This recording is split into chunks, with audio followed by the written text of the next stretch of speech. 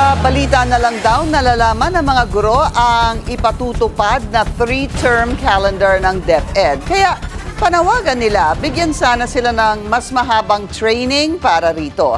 Nagbabalik si Isaiah Mirafuentes ng Abante. Naglabas ng hinaing ang ilang mga guro sa pagdinig kanina ng Committee on Basic Education and Culture sa Kamara.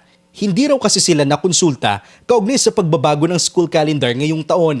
Mula 4 quarters per year level kasi ay magiging 3 terms na ito. Kasi on the grounds, talagang 4 days ago nilabas po yung memo, no, yung DepEd Order 009, Series of 2026, na naglilinaw kung ano ba talaga yung mangyayari for this coming school year. Kami po yung nasa forefront ng lahat ng implementation. Higit sa lahat, dapat po talaga yung mga guro natin yung nakukonsulta. Wala po kami kaalam-alam, nakita na lang namin sa balita, no?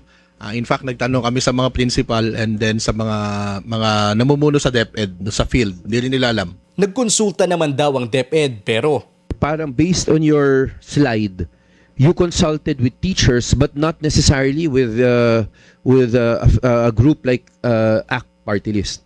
It would seem that way, Mr. Chair, Yes, based but- on this. base sa DepEd Order number 009 Series of 2026, hahatiin ang buong taon ng mga estudyante sa 3. Ito ang opening, instructional at end of term block. Isasagawa sa opening block ang mga aktibidad sa panimula ng school year, gaya ng diagnostics at mga administratibong gawain.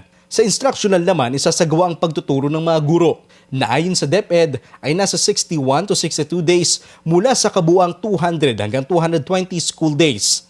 Ilalaan naman ang end-of-term block sa mga non-instructional na aktibidad, kabilang ang pagkwenta ng grades, remediation at mga gawain ng DepEd tulad ng palarong pambansa, school press conferences at Festival of Talents. Humihiling ngayon ang ilang grupo ng mas mahabang training time ng mga guro at hindi lang 1 o 2 araw para maging handa sa implementasyon. Nakatakdang ipatupad ang 3-term academic calendar day sa June 8 para sa mga pampublikong paaralan.